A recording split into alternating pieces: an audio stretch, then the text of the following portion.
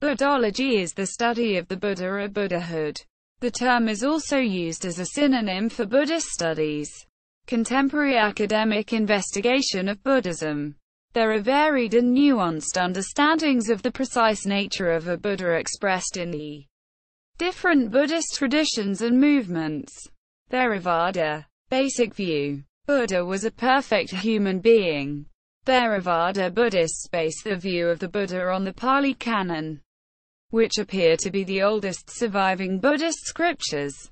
From the accounts contained in the Pali Canon emerges the view that Buddha was a human being, a perfected human being. Buddha was also possessed of all the various supernatural powers, and mastered these to the greatest extent possible.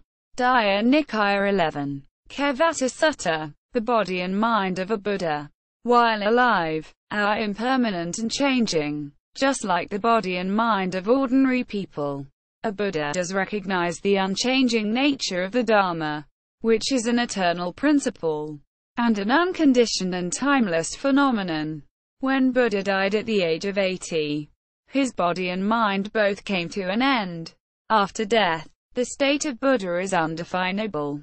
MN 22. However, a Buddha definitely does not experience rebirth after death, but experiences the attainment of parinibbana, the ultimate nirvana. There is thus an end to the life continuity of rebirths succeeding one another.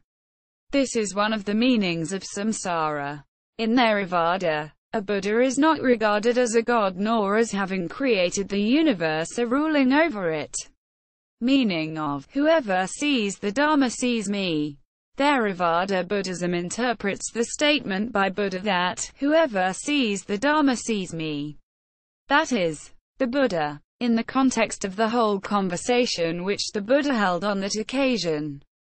The goal of this teaching was to make clear that the physical body of the Buddha is not the essence of his being, and that seeing his body doesn't tell you much about him at all. Even when one is sitting next to him, if one doesn't know his teaching, or sees the truth he discovered, Dharma, one is really far from him. But when one sees the Dharma, even if one is very far away, it is as if one is very close to him, because one really sees what Buddhahood is about. According to the Theravada tradition, the context of the teaching thus does not support any claim for the Buddha to have meant that his existence is godlike, permanent, unchanging, timeless, which is how this sentence is sometimes interpreted in Mahayana Buddhism. Early Buddhist schools. Sarvastivada equals Dharmakaya equals Vipakakaya, Rupakaya equals Nirmanakaya equals Mahasanghika. According to the descriptions of sectarian tenets by Vasumitra, Bhavaviveka and Vinitadeva, the main Mahasanghika theses, apparently also held in common by all the Mahasanghika subgroups, concerning the nature of Buddhas were: Buddhas are supramundane, Buddhas are devoid of all impurities, anasrava, and mundane qualities. Buddhas preach the Dharma with every verbal utterance they make. Buddhas can express all elements of the Dharma by uttering a single sound. The material body, Rupakaya, of Buddhas is unlimited. Anatman, the supernatural powers, Prabhava, of Buddhas are unlimited. The longevity of Buddhas is unlimited. In order to convert beings and to generate pure faith within them, Buddhas have no thought of satiation. Buddhas neither sleep nor dream. Buddhas reply to questions without the need for reflection. Buddhas never actually utter any words since they abide in eternal samadhi or meditative concentration. But beings perceive words to have been uttered.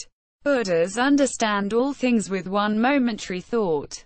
Buddhas know all things because insight or prajna is conjoined to that one momentary thought. The knowledge of cessation and of non-arising in the future is sustained continuously in Buddhas until they enter parinirvana. There are Buddhas dwelling in all directions of the compass. Mahayana, early Mahayana, mid-period Mahayana, equals eternal Buddha equals an important doctrine that flourished during the middle period of the unfolding of the Mahayana, and is still important today amongst certain Mahayana schools of Buddhism, is that of the Buddha's immortality and eternity. The idea of an eternal Buddha is a notion popularly associated with the Mahayana scripture, the Lotus Sutra, which was written down about 500 years after Shakyamuni's preaching of it. The Lotus Sutra has the Buddha indicating that he became awakened countless, immeasurable, inconceivable trillions of eons, kalpas, ago, and that his lifetime is forever existing and immortal. The sutra itself, however, does not directly employ the phrase eternal Buddha.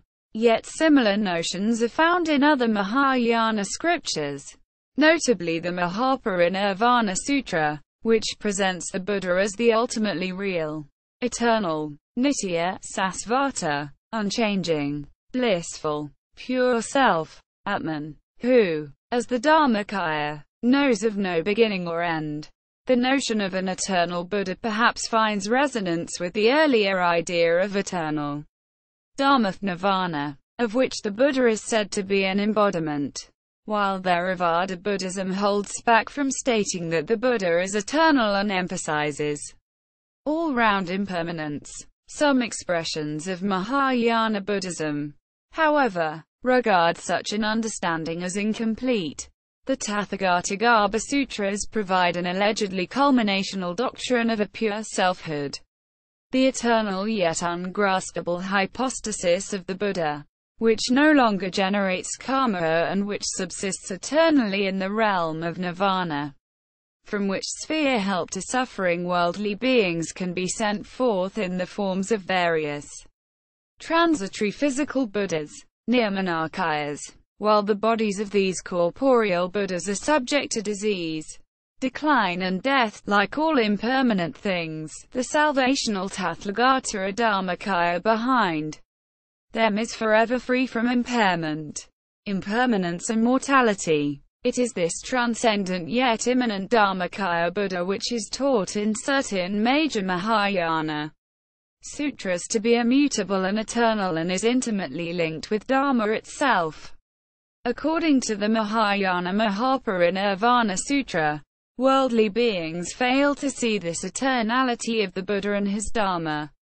The Buddha declares in that latter Mahayana Sutra, which presents itself as the last and most definitive of all sutras, I say that those who do not know that the Tathagata, Buddha, is eternal are the foremost of the congenitally blind.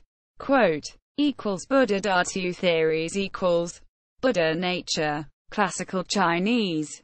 Modern pinyin fozing literally corresponds to the Sanskrit Buddha Dhatu, Buddha element, Buddha principle, but seems to have been used most frequently to translate the Sanskrit Tathagatagarbha, meaning Buddha matrix, which would be more directly translated into Chinese as is a doctrine important for many schools of Mahayana Buddhism. The Buddha nature, Buddha principle, Buddha Dhatu, is taught to be a truly real, but internally hidden immortal potency or element within the purest depths of the mind, present in all sentient beings. For awakening and becoming a Buddha, equals Trikaya theories equals the Trikaya doctrine. Sanskrit, literally, three bodies or personalities. Chinese, Sanshen, Japanese, Sanjin, is an important Buddhist teaching both on the nature of reality and what a Buddha is. By the 4th century CE, the Trikaya doctrine had assumed its current form. Briefly, the doctrine says that a Buddha has three kayas or bodies. The Nirmanakaya, a created body which manifests in time and space. The Sambhogakaya, a body of mutual enjoyment which is an archetypal manifestation. And the Dharmakaya, a reality body which embodies the very principle of enlightenment and knows no limits or boundaries. In the view of the New Yoga, the mind stream, Sanskrit, Chitta Santana, is the continuity. Sanskrit, Santana, Wiley, Rgyud. That links the trikaya. The trikaya, as a triune, is symbolized by the Gankhil, equals Svabhavikakaya equals, late Mahayana, Vajrayana. See also, Christology, Krishnology. Further reading. Béot, André. Les sectes bouddhiques du petit véhicule. Paris, École française d'extrême orient. 1955. Yamamoto, Kosho, Tr. Page, Tony. Ed. 1999-2000. The Mahayana Mahaparinirvana Sutra in 12 volumes. London. Nirvana Publications.